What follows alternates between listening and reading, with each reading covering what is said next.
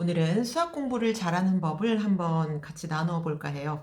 제가 아이들 수학을 지도하면서 보니까 똑같은 교육비를 내고 똑같은 시간에 학원에 가고 또는 과외를 하고 똑같은 선생님한테 배우는데 진도가 다른 경우가 생기고요. 그다음에 아이마다 속도, 그다음에 맞는 점수, 학교 점수가 다릅니다. 그 결과가 참 엄마들을 당황하게도 하고 되게 만족하게도 하고 하죠. 근데 학생들 본인이 그거를 더 많이 느끼게 돼요. '아 내가 이거를 잘하고 있구나. 아 내가 이거를 못하고 있구나. 때로는 너무 싫다.' 막 이렇게 하는데, 자 일단 학생의 마음가짐도 중요하고 가르치는 사람, 코칭하는 사람이 어떻게 지도하느냐에 따라서 결과들이 많이 달라질 수 있다고 생각을 합니다. 제가 공부한 방법이기도 하고요. 그런 다음에 아이들한테 적용을 시켰을 때에도 '아 요거는 조금 효과가 있다.'라고 하는 방법들을 조금 모아 봤어요. 자 일단 수학 잘하는 방법은 처음에는 제대로 잘 개념을 배워야 되겠고요. 배운 것은 자기 거로 만들어야 되겠죠. 그리고 암기가 들어가기도 하고 외웠던 것을 공식에 대입하고 또는 내가 알고 있는 수학적인 용어와 기호를 사용을 해서 식을 만들고, 그다음에 식을 만들 때에는 우리가 좀 필요한 수학적인 부분만이 아니라 언어적인 부분도 조금 필요하고요. 그런 면에서 우리가 사고력, 논리력 뭐 이렇게 얘기도 합니다. 통합적 사고력 많이 얘기하죠. 그런 것들이 식을 만들 때 또 많이 들어가게 돼요. 그러면 내 것으로 만들었다면 활용 문제를 풀어봄으로써 나의 능력들을 점점 넓혀가는 거라고 볼 수가 있습니다. 자, 첫 번째, 개념을 정확하게 잡는 게 참 중요해요. 우리가 보통 학교에서 수업을 듣거나 학원에 가서 수업을 듣거나 아니면 온라인상의 어떤 강의를 들을 때 일단 제일 좋은 방법은 첫 번째, 잘 듣기입니다. 어떻게 잘 들어요? 정말 선생님이 농담하는 것까지 한마디 한마디 놓치지 않겠다는 마음으로 일단 강의에 충실해서 이해하는 것이 첫 번째입니다. 그런데 이해를 하다 보면 이 용어를 잘 모르겠어. 이 기호를 잘 모르겠어. 의문이 들거나 아니면은 막 갑자기 머릿속에서 내가 알고 있는 것들과 혼동이 될 때가 있어요. 그러면 그것들을 일단 간단하게 메모를 해 놓으면서 이해를 빨리 돕기 위해서 흐름을 따라가야 합니다. 그리고 두 번째는 선생님이 말씀해 주시는 것들에 대해서 필기를 조금 할 필요가 있어요. 근데 이 필기는 무조건 판서만 보고 따라 적는 것을 의미하는 게 아닙니다. 그러면 너무너무 효과가 없어요. 이해가 먼저거든요. 그래서 강의 안에 없는 것들 아니면은 우리 보고 있는 책에 없는 것들, 그래서 요거는 조금 사이드로 들어오는 거다라고 생각이 될 때에는 아주 간단하게 그것을 필기해 놓는 게 좋습니다. 그리고 나서 인제 이해가 됐으면은 기본 예제를 한번 간단하게 풀어 보세요. 기본 문제, 예제 문제, 확인 문제 요런 간단한 것들이 있죠. 고거를 하나를 배웠으면 고 하나만 적용해서 문제를 풀어 볼 수 있는 것. 뭐 통합된 그런 문제 말고요. 그래서 그 배운 내용을 정확하게 이해하는 게 중요합니다. 그러면 두 번째 단계. 내가 인제 이해한 것들을 강의하고 나서 혼자 공부하는 게 좀 필요해요. 그러면 아까 몰랐던 부분들이 있죠. 퀘스천 마크를 찍어 놨던 부분들, 용어를 잘 모르겠다. 그럼 밑줄 쳐 놨던 것 찾아보세요. 만약에 절대값이 뭐지? 그러면 절대값에 대한 개념을 다시 한번 찾아보고요. 그다음에 수학 기호에 대한 것들, 그다음에 내가 의문이 들었던 것들, 이것을 전부 다 찾아봅니다. 첫 번째, 책에서 찾을 수 있으면은 책에서 찾으세요. 꼼꼼하게. 그런데 내가 배우는 교과 과정이나 그 범위에서 나오지 않는 내용이다. 그러면 가장 편하게 우리가 온라인을 통해서 찾아볼 수가 있고요. 그다음에 선생님께 아니면 친구들한테 질문을 해서 그 내용을 알아낼 수가 있습니다. 그러면 모르는 것들이 해결이 됐어요. 그럼 그다음에 뭘 하죠? 개념 노트를 좀 정리하는 게 좋아요. 일단 용어 모르는 거 전부 다 정리됐고 뭘 배웠는지 이제 이해가 됐고, 그러면 다시 한번 그거를 내가 직접 정리를 해 보는 겁니다. 제가 일명 핵심 노트라고 불러요. 주저리주저리 다 쓰는 게 아니라 내가 이해한 것들을 짜집기 해서 정말 엑기스만 내 손으로 직접 써 보는 거예요. 그럼 그게 왜 도움이 되냐 하면 내가 이해한 것을 정리하고요. 내가 이해가 안 된 것을 보면은 그냥 뭐 뺏겨 쓰기를 하고 있어요. 자기가 알아요, 그거를. 그러면서 의문이 드는 것을 찾을 수가 있고요. 그다음에 손으로 썼을 때에 가장 많이 기억에 남습니다. 아이들 보면은 "야 개념 정리 다시 한번 해 봐." 이렇게 얘기를 하면은 눈으로 이렇게 수학책을 뭐 동화책 보듯이 읽고 있는 아이들이 있어요. 절대로 그렇지 못해요. 이해하지 못해요. 쓰지 못해요. 그래서 그런 아이들은 인제 "했니?" 그래서 "했어요." 그러면은 덮어 놓고 책 덮어 놓고 "연습장에 써 봐." 이렇게 얘기를 하면은 10 이면 10, 100 이면 100 다 못 씁니다. 그냥 못 써요. 그래서 그것을 조금 기억을 해두시고 손으로 써보면 써볼수록 는다는 걸 알 수가 있어요. 그래서 머릿속에 있는 것을 정리하고 정확하게 하는 것이다. 제가 개념 노트를 저도 쓰고 있는데 한번 요거는 보여드릴게요. 그래서 보면은 제가 공부하고 있는 것들을 이렇게 메모를 해놓고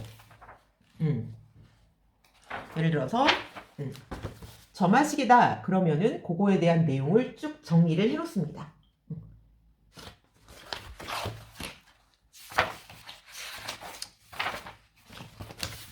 개념 하나당 문제를 풀어보기도 하고요.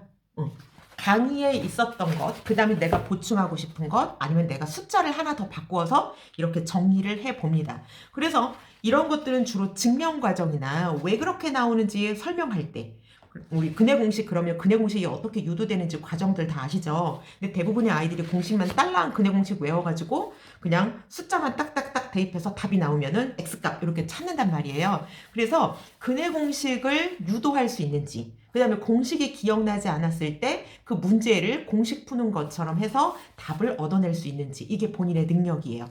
그래서 이렇게 정리를 했을 때에 본인의 것으로 완전히 되면, 그러면 그 다음에 쌓여진 수학 능력이 어떻게 된다? 우리가 새로운 문제를 맞닥뜨렸을 때 그 논리와 사고, 문제 분석하는 것들이 합쳐져서 새로운 어려운 문제들을 풀어낼 수 있는 나의 능력으로 쌓입니다. 그러니까 고난이도 문제도 해결을 할 수 있게 되는 거고요. 수능도 29번, 30번의 킬러 문항도 풀 수 있게 되는 거죠. 그래서 일단 이렇게 노트를 좀 정리를 하고, 노트를 정리를 하면서 첫 번째 반드시 해야 될 게 뭐냐면은 공식도 외워서 한번 써보고요. 그 다음에 그래프, 표 뭐 이런 거 있죠? 직접 다 해봐야 합니다. 특히 함수 같은 경우는 그래프가 생명이라고 할 수 있는데, 이 그래프를 그려보지 않은 사람들은 함수를 잘 할 수가 없어요. 공식을 아무리 외워도 그래프를 정확하게 그려봐야 그 다음에 과정들이 서로 이해가 되고 더 어려운 것들이 연결되어지는 것을 볼 수 있습니다. 그 다음에 공식 암기까지 다 되었다면 문제를 풀어봐야 돼요. 그래서 소단원 평가, 중단원 평가, 대단원 평가 이렇게 문제를 쭉 풀어보고요. 문제를 풀 때에도 반드시 연습장에다가 손으로 풀이 과정을 써보면서 풀 거를 원합니다.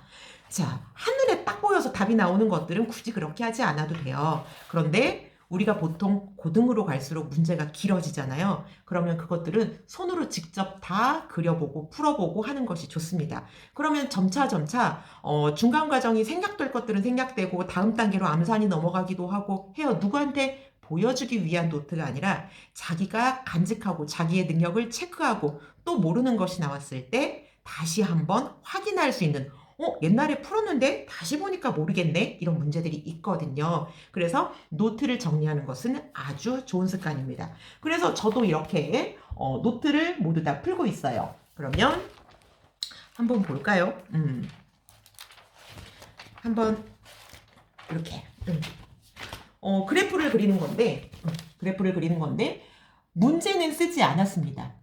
풀이 과정만 조금 자세하게 써놓고 있어요. 그래서 그래프도 그려보고 꼭 문제에서 원하는 것이 아니라 내가 이것을 하면서 필요한 것, 알게 된 것, 모르겠는 것, 이런 것들을 색깔로 펜을 준비해서 메모를 해놓기도 합니다. 그러면 아이들을 수업할 때에 얘네가 어디서 잘 틀리겠구나, 똑같은 데서 아이들이 틀리는구나, 같은 수준의 생각들을 하고 있구나 라는 것을 파악할 수가 있거든요. 그래서 꼭 문제풀이도 노트에다가 할 것을 추천을 드립니다.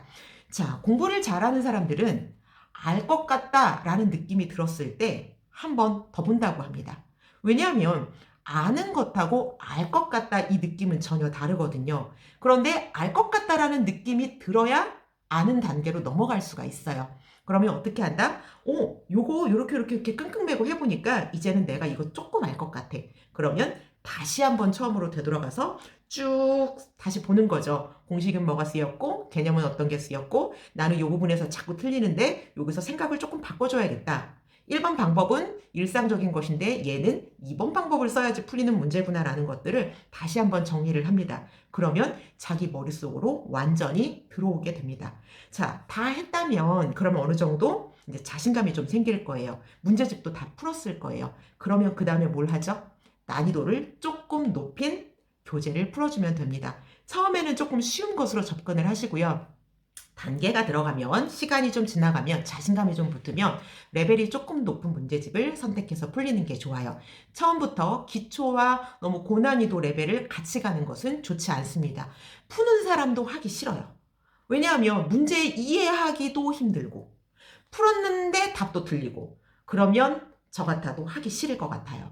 그래서 난이도에 맞는 문제, 수준에 맞는 문제를 차근차근히 올리는 게 좋습니다. 일단 처음 볼 때에는 혼자 또 독학하거나 하는 경우는 교재 선정에 어려움이 있는데 처음 할 때에는 개념서를 하도록 추천을 드립니다. 그래서 뭐 고등학교의 개념서 정석 많이 보시죠. 그리고 하나 또 추천을 할게. 요즘 많이 나오는 정석, 그 다음에 마플 교과서 이런 거 많이 봅니다. 이렇게 정석도 많이 보지요.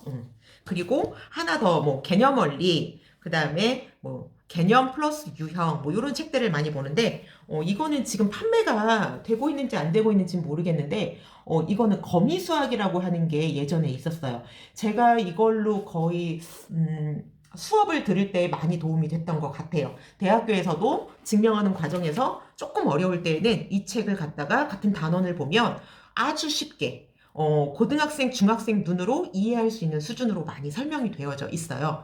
그 단원을 배워야 되는 목표에서부터 활용 문제, 고난이도 문제 점점 다 어려워지는 걸로 나오거든요. 그래서 제가 가장 많이 도움을 받은 책이라고 할 수가 있습니다. 그래서 이 거미수학 한번 구할 수 있으면 요거를 한번 구입해서 풀어보는 것을 처음 접할 때 풀어보는 것을 좀 추천드려요. 그리고 또 하나 좋은 게 수마쿰라우데라는 교재가 있어요. 그거는 중학교도 있고 고등학교도 있는데 개념 설명이 그래도 지금 나와 있는 교과 중에서는 유형별로 찬찬히 볼 수 있도록 나와 있는 책입니다. 그래서 그 책들을 한번 주로 보시고 서점에 가셔가지고 또 뭐 새로운 게 있나 한번 보세요. 그러면 어떤 책을 본다? 처음에는 개념서를 위주로 본다. 그리고 나서 조금 이해가 되면 그러면은 문제가 많은 뭐 센수학이나 RPM이나 이런 문제집을 풀어도 좋습니다. 공부 잘하는 방법, 특히 수학 공부 잘하는 방법 잊지 마시고 적용을 해보시길 바랍니다.